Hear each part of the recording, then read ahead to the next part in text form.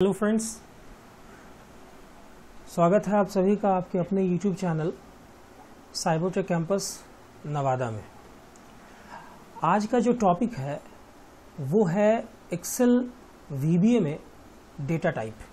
कैसे हम एक्सेल में वीबीए कोड लिखेंगे और कैसे उसमें डेटा टाइप्स क्या क्या है और कैसे उसका इस्तेमाल करेंगे, इसके ऊपर यही टॉपिक है आज के वीडियो का और इसी के ऊपर जो है आज के वीडियो का मेन फोकस रहेगा। तो जो लोग अभी भी चैनल से जुटे हैं वो लोग इस चैनल को सब्सक्राइब कर दें ताकि मेरे वीडियो का नोटिफिकेशन आप लोगों तक सबसे पहले पहुंचे। और जो लोग नए हैं उनके लिए इससे पहले का जो वीडियो है जिसमें मैंने सेल रेफरेंसिंग के बारे में बताया था, वीडियो नंबर 1 वीबीए के ऊपर, वो ज़रूर देख लें। डिस्क्रिप्शन में उसका लिंक मिल जाएगा या आप चैनल को खोल के प्लेलिस्ट के अंदर एक्सेल प्लेलिस्ट है एक्सेल वीडियोस का, वहाँ पे आपको वो वीडियो अवेलेबल हो जाएगी। तो चलिए चलते हैं अपने टॉपिक के ऊपर। देखिए, सबसे पहला चीज़ है कि जो वीबीए में जो डेटा टाइप्स अवेलेबल है, मैंने उसका यहाँ पे लिस्ट आप लोगों के सामने शो किया है। डेटा टाइप्स में बाइट है। हर डेटा टाइप का एक मेमोरी कंजम्पशन होता है। तो बाइट का मेमोरी कंजम्पशन 1 बाइट है। इसका रेंज 0 से 255 तक है। इंटीजर का 2 बाइट्स है। रेंज -32,768 से 32,767 है।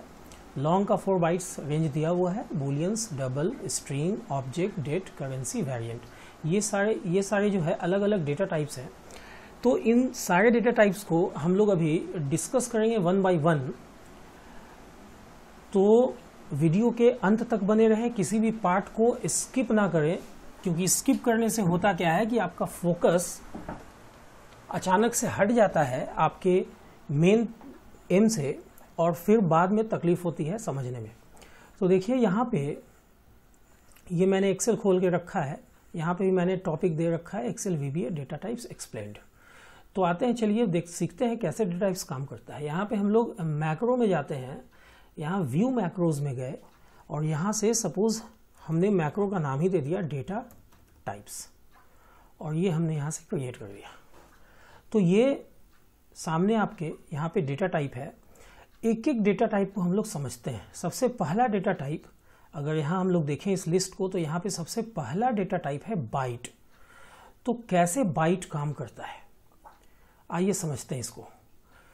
अगर हम लोग यहाँ लिखते हैं dim A, B as byte और A में हमने रख दिया 10 और B में सपोज हमने रख दिया 5।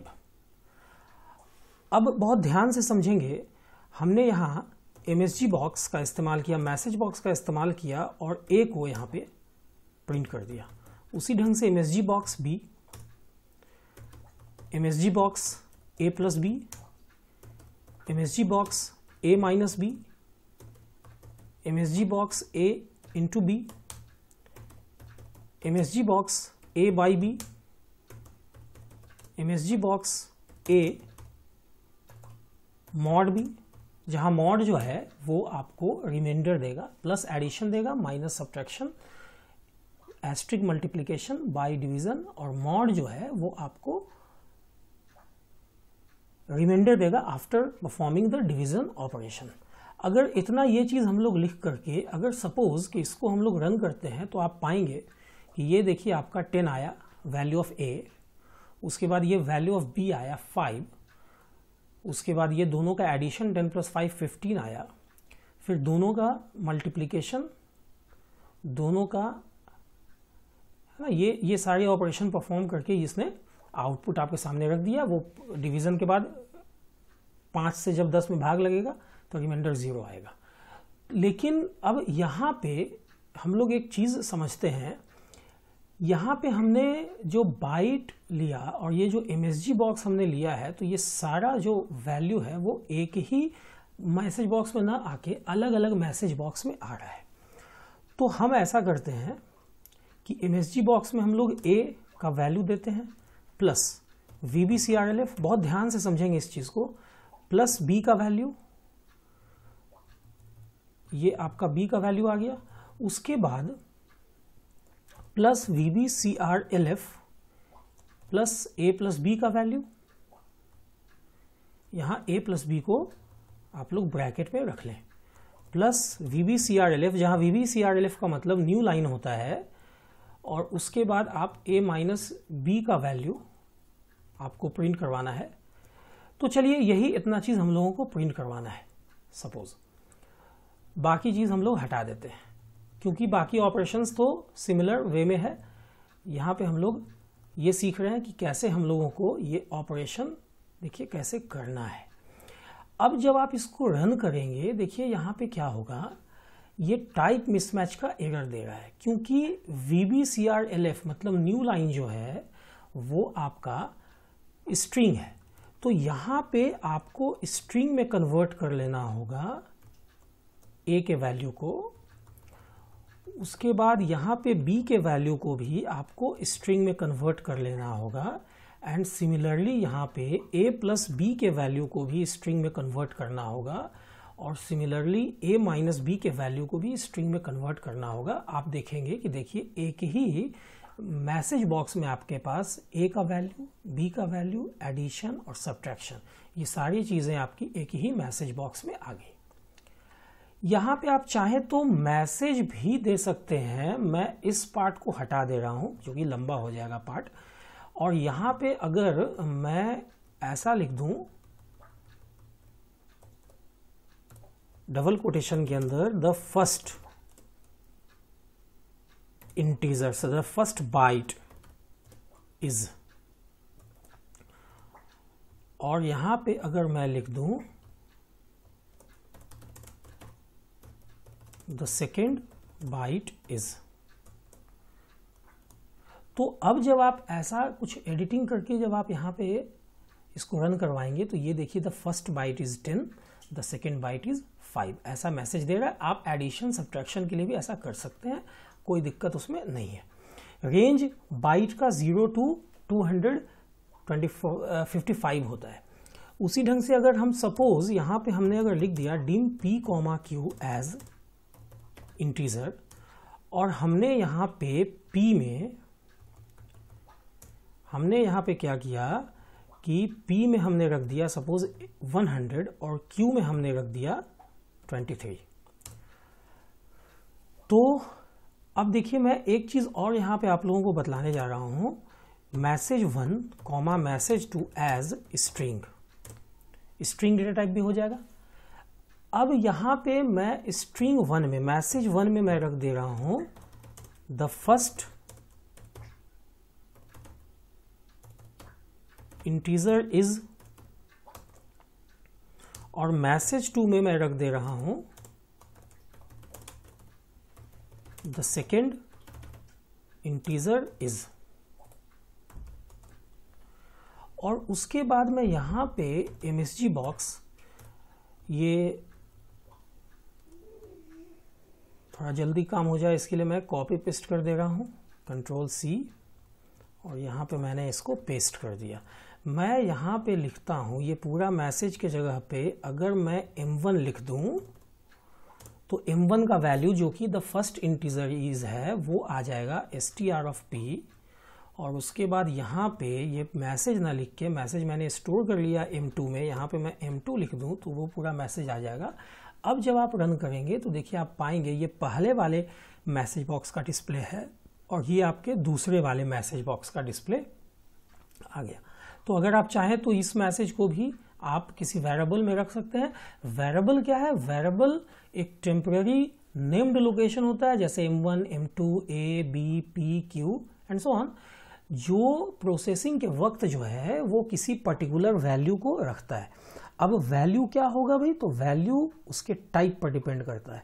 अगर वेरिएबल का टाइप बाइट है तो वो बाइट टाइप के वैल्यू को रखेगा और बाइट के डेटा टाइप का जो रेंज है उसी रेंज के अंदर के वैल्यू को रखेगा। रेंज से ज़्यादा का जब वैल्यू आप देंगे तो वो ओवरफ्लो कर देगा, ओवरफ्लो हो जाता है, और रेंज से कम का वैल्यू देने पे अंडरफ्लो हो जाता है। तो अब यहाँ पे हम लोग एक काम और करते हैं। अब इस चीज़ को सपोज मुझे रखना है, अब ये तो मैंने यहाँ पे तो मैसेज बॉक्स में दे दिया, ये एक चीज़ मैंने आप लोगों को बता दी।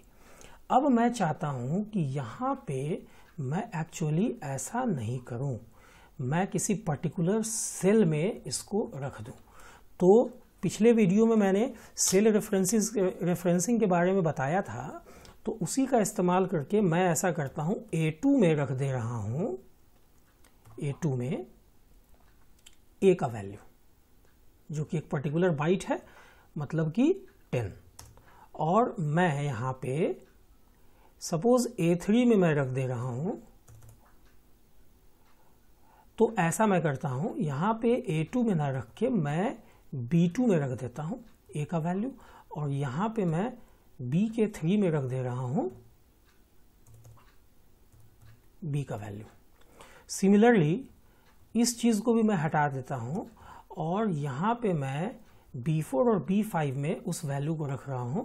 तो B4 में मैं रख देता हूं P का वैल्यू, और B5 में मैं रख देता हूं Q का वैल्यू। अब जब आप इसको रन करेंगे, देखिए क्या होगा। ये B1 B2 में जैसा कि हमने रखा था A का वैल्यू 10 है, जो कि यहाँ पे आ गया, और उसी तरह से B3 में B का वैल्यू जो कि 5 है वो यहाँ आ गया, B4 में P का वैल्यू जो कि 100 है वो आ गया, और B5 में Q का वैल्यू जो कि 23 है 23 है वो यहाँ आ गया। अब अगर मैं चाहूँ तो मैं यहाँ पे रख सकता हूँ कि भाई ऐसा करो कि A2 में रख दो द फर्स्ट बाइट इज। तो ये आपका पहला बाइट A2 में कॉरस्पॉन्डिंग सेल में रखा रहा है। बेहतर है, मैसेज सामने आएगा, अभी आउटपुट देखते हैं, समझ में आएगा। A3 में मैं रख दे रहा हूं द सेकेंड बाइट इज। उसी तरह से अगर मैं चाहूं तो यहां पे जहां पे मैंने B4, तो B4 के लिए कॉरस्पॉन्डिंग सेल हो गया A4 में मैं रख दे रहा हूं M1 का वैल्यू। मैंने M1 में रख लिया है पहले ही से, ये बेनिफिट है। और A5 में मैं रख दे रहा हूं M2 का वैल्यू। अब जब मैं इसको रन करवाता हूं तो आप देखेंगे यहाँ पे इक्वलिटी सिंबल छिप है ना, यहाँ पे छूट गया था। तो आप देखेंगे कि देखिए यहाँ पे आपका ये वैल्यू आ रहा है जैसा कि मैंने रखा था। तो इसको मैं थोड़ा छोटा करता हूं ताकि डिस्प्ले आप लोगों के सामने रहे। तो ये इस तरह से आपके सामने बाइट, इंटीजर और स्ट्रिंग, ये 3 डेटा टाइप आप लोगों ने सीख लिया, उसको सेल में डालना भी सीख लिया। इसी ढंग से लॉन्ग है, डबल है, जो कि इसका रेंज, ये लॉन्ग का रेंज थोड़ा बढ़ जाता है, इंटीजर ही रखता है, बूलियन ट्रू या फॉल्स रखने के लिए काम आता है। डबल जो है वो डबल वैल्यू और एक करेंसी है, ये सब डेसिमल में वैल्यू रखता है। तो आइए इसको भी देख लेते हैं।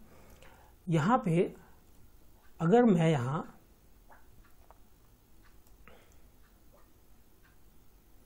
इस चीज को अगर मैं देखूं, अगर मैं यहाँ पे A और B, सपोज कि यहाँ पे मैं रख दूं dim C comma C as currency भी हो सकता है, C एज सिंगल पहले मैं ले लेता हूं, C एज सिंगल, ये एक सिंगल टाइप भी है। और यहाँ पे मैं एक मैसेज ले लेता हूं M3 स्ट्रिंग के रूप में, और M3 में मैं डाल देता हूं स्ट्रिंग इज,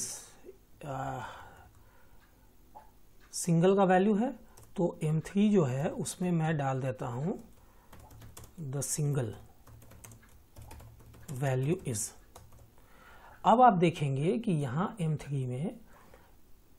M3 में तो आपका एक मैसेज आ गया द सिंगल वैल्यू इज, और मैंने सिंगल के लिए C लिया है, तो C में मैं डाल देता हूं सपोज 99.86।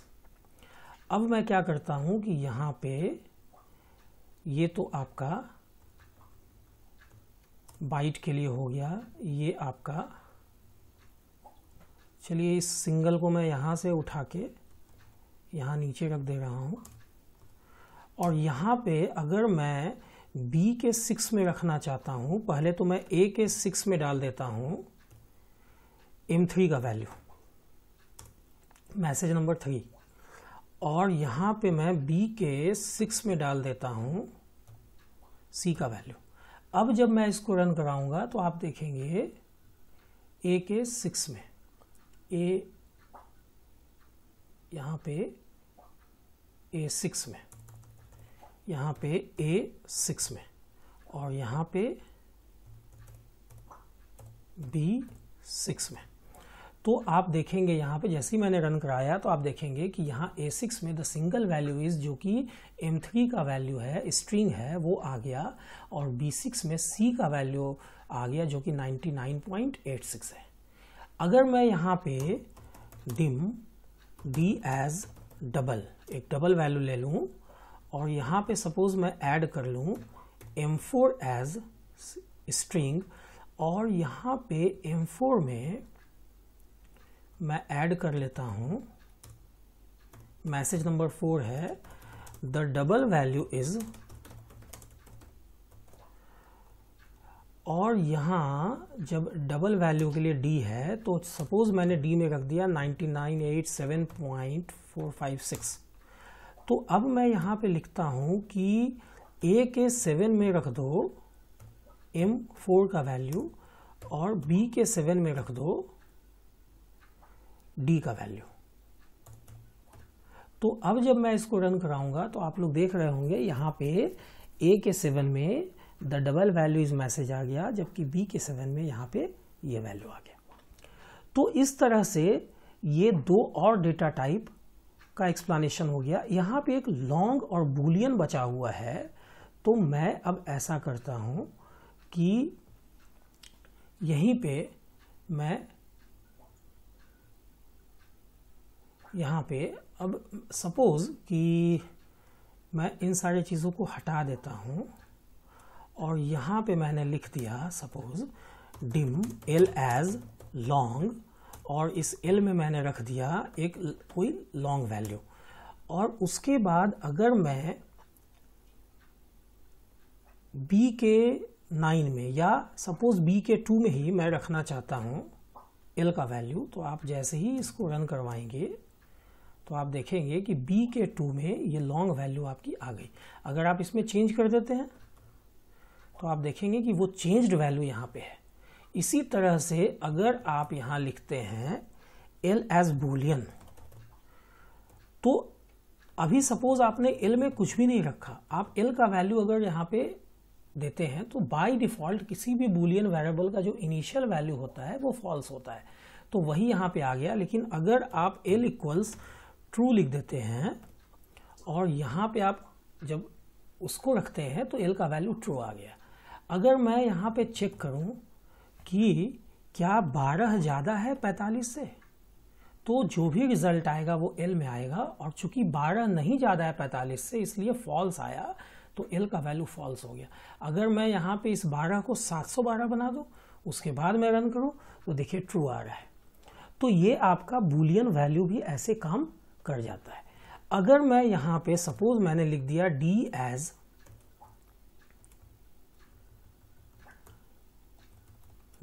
डेट, और उसके बाद मैंने यहाँ d इक्वल्स डेट रखा और यहाँ मैंने d ले लिया, तो देखिए ये आपका डेट आ रहा है। अभी आज जो है 6 मई 2020 है, वो यहाँ पे आ रहा है। हालांकि इसके फॉर्मेट को भी आप चाहे तो चेंज कर सकते हैं फॉर्मेट फंक्शन से, तो वो मैं आगे बताऊंगा। अभी फिलहाल मैं एक काम, आप एक बहुत ही इंपॉर्टेंट चीज़ है वो पहले मैं बता देता हूँ। देखिए यहाँ पे हर टाइप का आपके पास डेटा था, लेकिन अगर आप बिल्कुल कंफ्यूज्ड हैं कि डेटा का टाइप क्या है, तो आप एक काम कर सकते हैं, dim v एज वेरिएंट ले लें। और अब अगर आप v इक्वल्स, आप सपोज एक कोई आप कुछ भी ले लेते हैं, DHONI धोनी, और यहाँ पे आप B2 में आप v का वैल्यू रखते हैं, V2 में आप v का वैल्यू रख देते हैं, तो जैसे ही आप रन कराएंगे तो देखिए ये धोनी आ रहा है। लेकिन अब अगले ही पल अगर मैंने यहाँ पे 10 रख दिया और अगर मैंने B2 में फिर से b का वैल्यू रखा, तो आप देखेंगे, इसको मैं B2 में नहीं रखता हूँ, इसको मैं C2 में रख देता हूँ। तो अभी आप देखेंगे, इसको आप रन करवाएंगे तो v में हमने 10 रखा है और ये C2 में ऐसा करता हूँ मैं यहाँ पे C2 में नहीं, मैं यहाँ पे B3 में रख देता हूँ जो कि सामने है, तो आपका रिजल्ट बिल्कुल क्लियर होगा।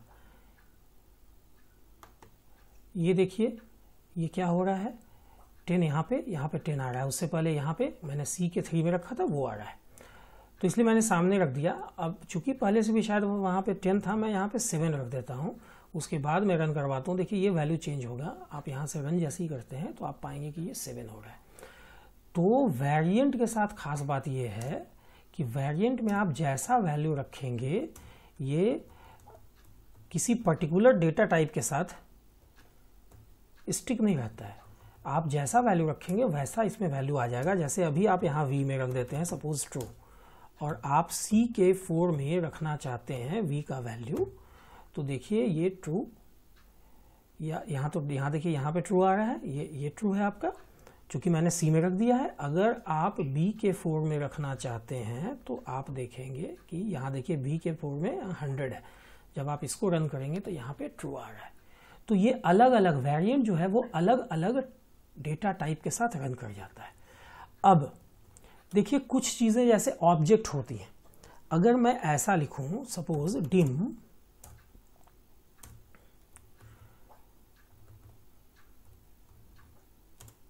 माई वेर एज ऑब्जेक्ट, तो ऑब्जेक्ट को इनिशियलाइज करने के लिए आपको सेट यूज करना होगा, ये ध्यान रखिएगा। सेट माई वेर इक्वल्स, और मैं यहाँ पे अगर सपोज मैंने रेंज यूज़ कर लिया, रेंज में मैंने यूज़ कर लिया सपोज A3, तो A3 का जो वैल्यू है, सपोज मैंने MSG बॉक्स में A3 को डिस्प्ले करवाया। अब देखिए आप इसको रन करवाइए, देखिए यहाँ पे A के 3 में आपका ये ऑब्जेक्ट, आप ऐसा कीजिए कि ये चीज़ आप हटा लीजिए, इस पर मैं अभी डिस्कस करूँगा। अभी आप देखेंगे यहाँ पे कि माई वेयर में आपने A3 को सेलेक्ट किया है, A3 में आपका है द सेकेंड बाइट इज, तो ये जो मैसेज बॉक्स है, ये मैसेज बॉक्स अगर मैं यहाँ पे A3 डॉट वैल्यू डाल दूँ, ये इंपॉर्टेंट है, तो आप देखेंगे कि यहाँ रेंज A3 मैंने सेलेक्ट किया और उसके बाद set my where range A3 बिल्कुल सही है। या अगर सपोज मैं यहाँ पे B2 B3 कर दूँ अगर सपोज, तो क्या होता है, यहाँ पे मैं MSG बॉक्स में अगर मैं B3 को, है ना, तो ये सेट हो रहा है आपका उस पर्टिकुलर वैल्यू के साथ, उस पर्टिकुलर सेल के साथ। इसका देखिए एक और तरीका है, अगर मैं यही चीज़ मैं अगर ऐसे लिखूं, सपोज मैंने ये ऐसे डिक्लेयर किया डिम माई रेंज 1 एज रेंज, और उसके बाद अगर मैं यहाँ पे रेंज के बारे में लिखता हूँ कि सेट माई रेंज 1 इक्वल्स रेंज, और यहाँ पे अगर सपोज मैं A3 लिख दूँ A3, और यहाँ पे MSG बॉक्स A3, तो ये उस पर्टिकुलर रेंज को सेलेक्ट कर रहा है और वहाँ का जो वहाँ पर का रेंज का वैल्यू जो है वो ये डिस्प्ले कर रहा है। अगर अभी आप एक चीज़ गौर करेंगे कि जो भी चीज़ मैंने यहाँ पे लिखा उसमें आप लोगों का जो डेटा टाइप जो है वो कौन कौन सा क्लियर हुआ, बाइट क्लियर हो गया, उसके बाद इंटीजर क्लियर हो गया, long, boolean, double, string, date, currency वगैरह सब सिमिलर वे में काम करेगा। अभी आप एक चीज़ यहाँ पे आपको करना है, थोड़ा सा इस चीज़ पर भी थोड़ा सा आप लोग इस चीज़ को भी समझ लें। अभी मैं यहाँ से इन सारे चीज़ों को मैं हटा दे रहा हूँ,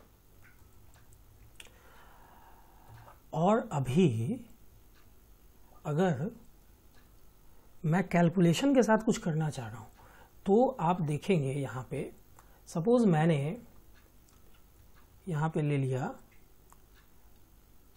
अगर मैं ऐसे लिख दूँ सेट A इक्वल्स 10, तो ये B इक्वल्स सपोज 3, सेट ये डिक्लेयर्ड वेरिएबल नहीं है तो ये ऑब्जेक्ट हो जाएगा। सेट से हमेशा ऑब्जेक्ट इनिशियलाइज होता है। और मैं A2 में अगर रख दूं A का वैल्यू तो क्या हो रहा है, ये देखिए ऑब्जेक्ट रिक्वायर्ड कर रहा है। इसका एक तो साफ मतलब है कि सेट से हमेशा कोई ना कोई ऑब्जेक्ट ही बनता है। आप अगर ऑब्जेक्ट नहीं बनाना है आप ऐसा ले लीजिए dim a, b as, suppose मैंने इंटीजर ले लिया, हालांकि बाइट से भी काम चल सकता है। उसके बाद मैंने यहाँ पे ये सेट आपको नहीं लगाना है, A को इनिशियलाइज कर देना है, B को इनिशियलाइज कर देना है। सपोज मैंने A2 में A का वैल्यू दिया, A3 में मैंने B का वैल्यू दिया, A4 में मैंने A प्लस B का वैल्यू जो कि एडिशन होगा वो दिया, A5 में मैंने A माइनस B का वैल्यू जो कि सब्ट्रैक्शन का रिजल्ट देगा वो आ गया, A6 में मैंने दे दिया A इंटू B का वैल्यू, A7 में मैंने दे दिया A बाई B का वैल्यू मतलब डिवीजन, A8 में मैंने रख दिया A मॉड B का वैल्यू मतलब कि रिमाइंडर। तो आप देखेंगे जैसे ही आप रन करवाएंगे तो यहाँ पे एडिशन है, यहाँ पे आपका सब्ट्रैक्शन है, यहाँ पे ये एडिशन हो गया, सब्ट्रैक्शन हो गया, यहाँ पे आपका मल्टीप्लिकेशन है, यहाँ पे आपका डिवीज़न है और यहाँ पे आपका रिमाइंडर आ गया। तो इस तरह से पहले वीडियो में हम लोगों ने सीखा कि कैसे आप सेल रेफरेंसिंग का इस्तेमाल करके आप VBA कोड से एक्सेल के किसी भी सेल को एक्सेस कर सकते हैं, मतलब कि उस सेल के वैल्यू को आप VBA कोड में ला सकते हैं, और कैसे आप उस सेल में कोई पर्टिकुलर वैल्यू रख सकते हैं। आज के वीडियो में हम लोगों ने जो भी VBA का डेटा टाइप्स है उसके बारे में सीखा। तो बहुत ध्यान से आप लोग इस वीडियो में सीखे हुए चीज़ को प्रैक्टिस करेंगे रेगुलरली। मिलते हैं फिर अगले वीडियो में अगले टॉपिक के साथ जो कि VBA का ही टॉपिक होगा। इतने देर तक वीडियो में बने रहने के लिए बहुत बहुत धन्यवाद आप लोगों का। और जो लोग हमारे चैनल से अभी अभी जुटे हैं वो लोग चैनल जिसका नाम साइबरटेक कैंपस नवादा है उसको सब्सक्राइब करना ना भूलें और बेल आइकन को ज़रूर एक्टिवेट कर लें ताकि जो भी वीडियो हम लोग के चैनल पे अपलोड हो वो भी उस पर्टिकुलर वीडियो का नोटिफिकेशन आप लोगों के पास सबसे पहले पहुंचे। वीडियो में बने रहने के लिए आप लोगों का बहुत बहुत धन्यवाद। मिलते हैं नेक्स्ट वीडियो में। Thanks a lot.